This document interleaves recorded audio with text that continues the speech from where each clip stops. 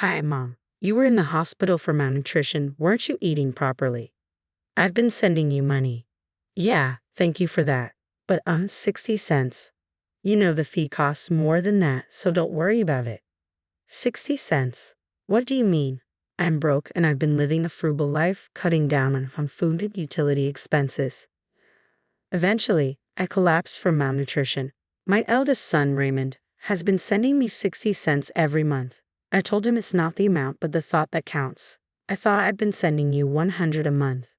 Soon, shocking truths were revealed one after another from Raymond. I am caroling. I am turning 80 this year. I lost my husband 5 years ago, and now I live alone in an old apartment. Since getting married, I have been a full-time housewife, relying on my own pension and my husband's survivor's pension as my only income.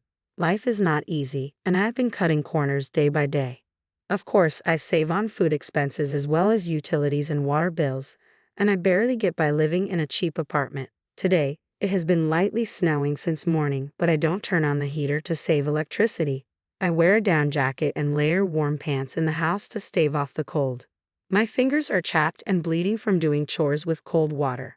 I have frostbite on my left hand, which is swollen and red-black as I rub my stiff fingertips while cleaning up after lunch. My daughter-in-law, Samantha, comes to visit. Hello, mother-in-law. I brought this week's medicine. It's the usual $80. Samantha brings me medicine every week. Raymond also cares for me, but he's busy as a pharmacist at a large hospital, so Samantha looks after me. A few years ago, Samantha accompanied me to the hospital for checkups, but recently she only delivers the medicine. It's cheaper this way, she says. Honestly, the medicine is a big expense for me, who is broke. However, I am told that stopping the medication will cause discomfort, so I have it delivered every week. Samantha used to be a pharmacist at a hospital like Raymond. However, she quit her job after getting married and now works part-time at a local drugstore. I'm always grateful for your help, Samantha. By the way, do you know anything about the box of rice crackers I had stored in the drawer? The one with the kids' scribbles on the lid. It's been missing since last week. I point to the dresser in the back. Last week, I had Samantha tidy up around the dresser, but the box has been missing ever since.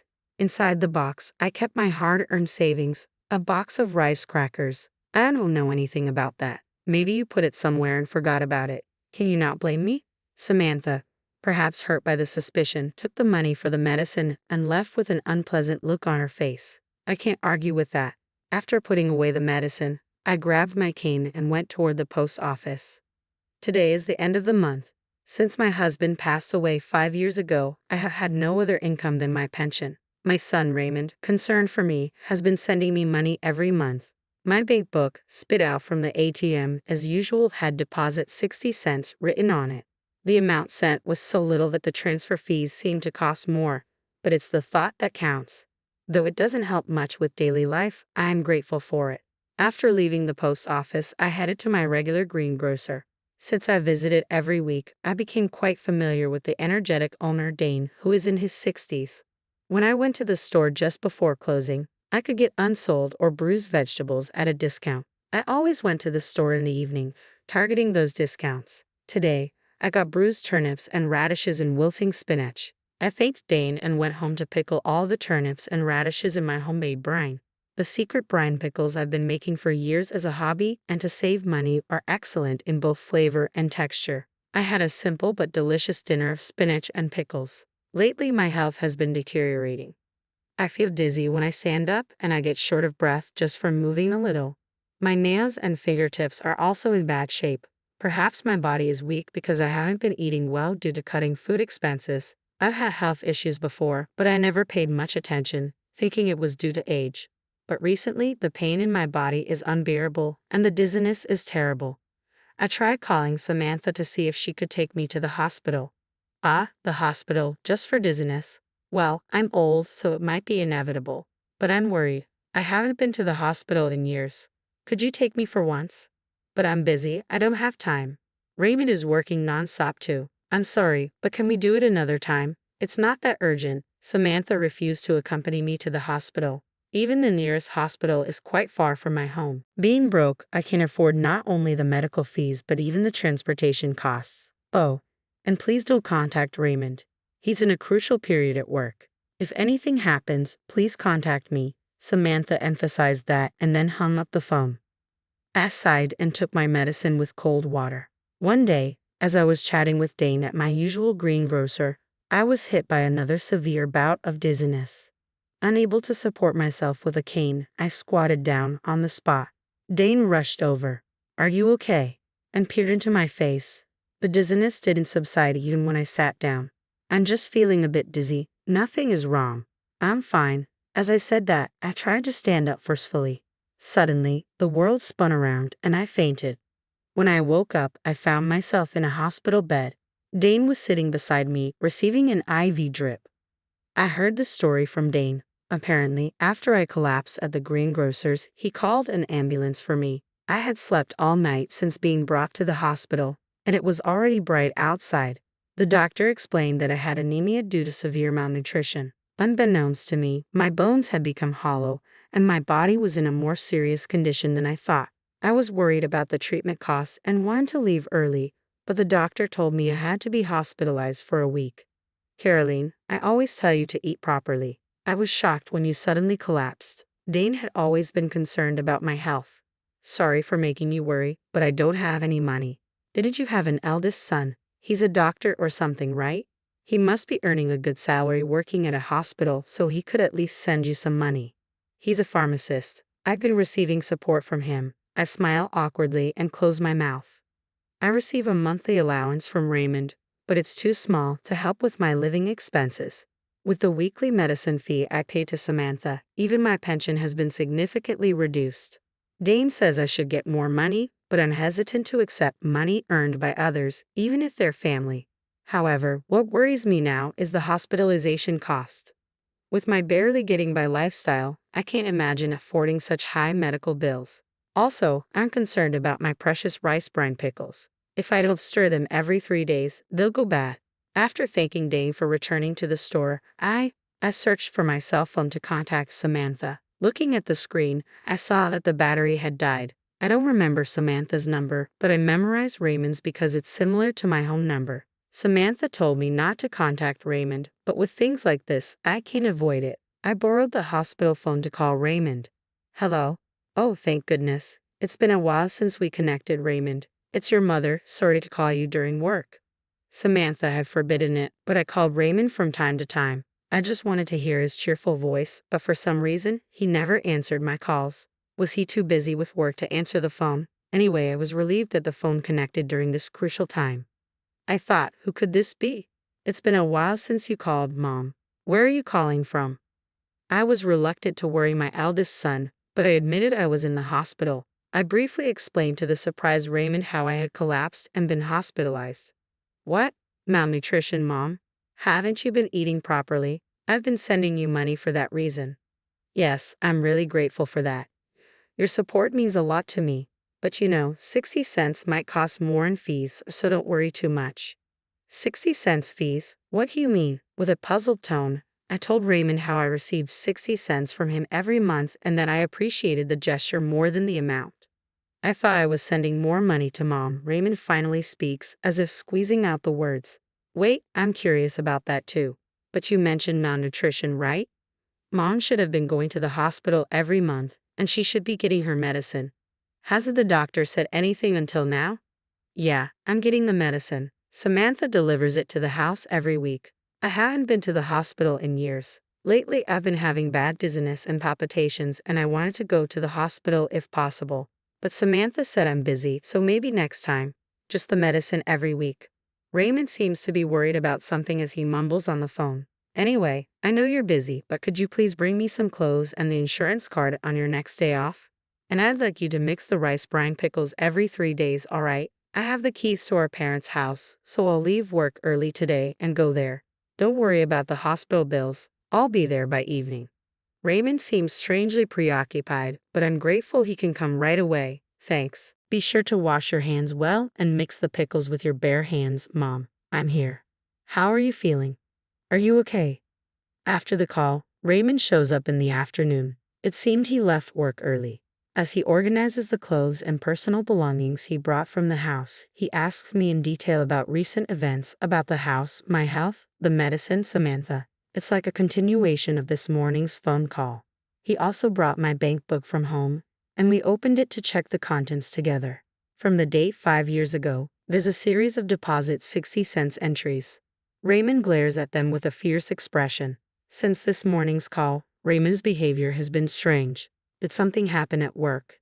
I thought he must have been very busy, as I had tried calling him 2 or 3 times a month, but never got through, and he never returned my calls. I feel bad for making him leave work early today. I casually apologize for it, and Raymond is taken aback and asks rapid-fire questions. He quickly takes out his smartphone and starts operating it intently as soon as he hears my story. What's been going on with him? Raymond gazes at the screen for a while, then operates his smartphone again to send a message to Samantha. He then grabs his backpack and says, "I'll be back shortly." He leaves the room, leaving behind a strange sense of unease, but I lie down in bed anyway. That evening, Raymond returns to the room. He puts down his backpack and asks how I'm feeling. After receiving an IV and sleeping in a warm bed for the first time in a while, I feel much better. While snacking on fruit and chatting, Samantha comes into the room. "Oh, mother-in-law, how are you feeling?" "Raymond, you took time off work, huh?" She approaches us with a forced smile and sits in the chair next to Raymond. Raymond didn't reply, looking down and gripping my bank book into his hand. Before I could say anything, Raymond spoke up with a voice lower than usual. "Samantha, Mom's malnourished. Do you know why?" Samantha stayed silent. There was a tense atmosphere. Raymond turned to face Samantha, glaring at her head-on. "Mom's been broke for so long, barely able to buy food. It's not just food, she's been cutting back on electricity and gas, living on the edge for years. When I went to her place today, there wasn't even a heater in the dead of winter." "Well, wait, Raymond, we're in a hospital. What happened? It's not Samantha's fault. There's no money." I tried to calm down the yelling eldest son while hiding my frostbitten, swollen, red-black hand. Ignoring me, Raymond continued with an angry tone. "I asked you to send $1,100 to Mom every month, right? But she's only received 60 cents for the last 5 years, Samantha. What's going on?" Saying that, Raymond first my bank book at Samantha.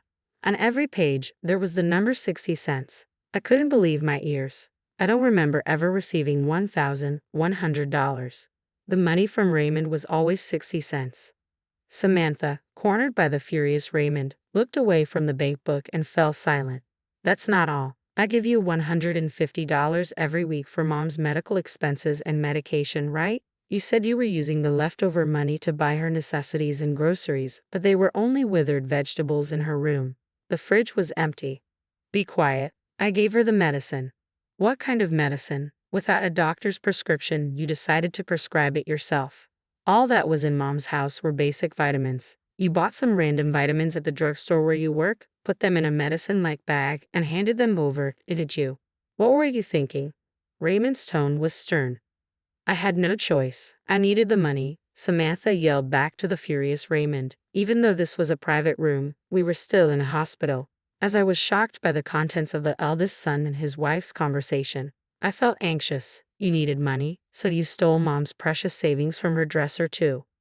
With that, Raymond pulled a crushed box out of his backpack. On the lid was a drawing of my husband and me, drawn by Raymond when he was a child. It was the box of rice crackers I had been searching for the last week. I, too, was so shocked that I gasped. "What? No way." I didn't want to believe it either, but I found it while searching through our trash after you said it disappeared a week ago. "He really did it, didn't you?" Faced with undeniable proof, Samantha turned pale and lost her words. "So what did you do with the $250,000 that was in this box, huh? And the $1,100 you were supposed to send to Mom every month? The hospital fees and the medicine fees, where did it all go?" Raymond demanded. "Stop nagging, there's no money left." Samantha, who had been trembling as she stared at the box, eventually stood up, knocking over her chair, and yelled back defiantly, "It's all your fault anyway. You always ignored me and focused on your mother. Ben is way better than your husband." "Huh. Ben? He's the coolest host at the club around here. I've been supporting him, and soon he'll be #1. He said he's saving all the money I've given him for our life together." Samantha excitedly continued talking. Both Raymond and I stared at her blankly. I didn't quite understand, but it seemed she had fallen for a man and was providing him with money. Apparently, she needed a lot of money for that. All right, Samantha, I get it. Let's get a divorce right here for the sake of your life with this bang guy. Raymond quietly said this and took out the divorce papers and his seal from his backpack, placing them on the side table. I never want to see your face again. Sign the divorce papers here, pack your things tonight, and leave the house. I'll stay at the hospital tonight. Raymond's voice was firm, leaving no room for negotiation. What? Don't be so selfish. You can't just suddenly. Samantha, do you even realize what you've done? Faking medicine, stealing money. If you don't want a divorce, we can go straight to the police instead. Samantha, who had been so confident, flinched under Raymond's intimidating gaze and eventually started making tearful excuses. I had no choice. My part-time job wasn't enough. I took a little from the money you sent and the medicine fees, but I know it was wrong. Besides, neither you nor your mother noticed for years, right? You both share some responsibility. Enough. I don't know when you did it, but you went through my phone and blocked Mom's number. You even told her not to contact me, didn't you? You deliberately kept us apart and exploited her without getting caught. Raymond's anger was palpable as he slammed the divorce papers on a table with his fist. Samantha flinched. Anyway, Samantha, this is goodbye. I'll make sure you pay back every penny you've taken from us. Remember that. If you don't, we're going to the police. Raymond's voice was resolute. Finally realizing the gravity of her actions, Samantha couldn't say anything and signed the divorce papers with tears in her eyes. Samantha left the house that night, as Raymond had told her to, almost like she was running away. In exchange for not reporting her to the police, Raymond made sure to demand repayment of the money she'd taken, the amount she'd taken for the last 5 years since my husband's death, including the money for living expenses and medicine. In total, it amounted to over $900,000. I was shocked. Samantha later lost contact with the host she had given so much money to and went berserk in the club, getting herself banned. Bad rumors seemed to spread from nowhere, and before she knew it, they reached her part-time job, resulting in her being fired. With her income gone and not a penny to her name, Samantha couldn't rent an apartment and had to spend some time sleeping in internet cafes. But what happened to her after that is unknown. I had almost given up on getting back the money Samantha had taken as she had disappeared. But her family, who learned of the situation, decided to repay the debt in small amounts on her behalf. It might be difficult to recover the full amount of stolen money, but I was happy with their gesture. After being discharged from the hospital, I decided to leave with Raymond. We're living peacefully together in the house Samantha left, just the two of us. I had been forced to live a difficult life, being exploited by Samantha, but now, in our warm, comfortable home, I'm eating well, and my health has improved. Dane, the greengrocer who has always been worried about me, finally felt relieved. I still continue to make my specialty pickles. I used to do it just as a hobby and for saving money, but now, with Raymond's help, we're sharing information on how to make good pickles and delicious pickle recipes. In a few years, my pickle channel became hugely popular, possibly because an 80-year-old content creator was a novelty. And now, it brings in an amazing income. I had always thought that making money was impossible for me as I had never worked as a full-time employee. But even I can be useful to others. More than earning money, I've come to know the happiness of bringing joy to others and now live a fulfilling life every day.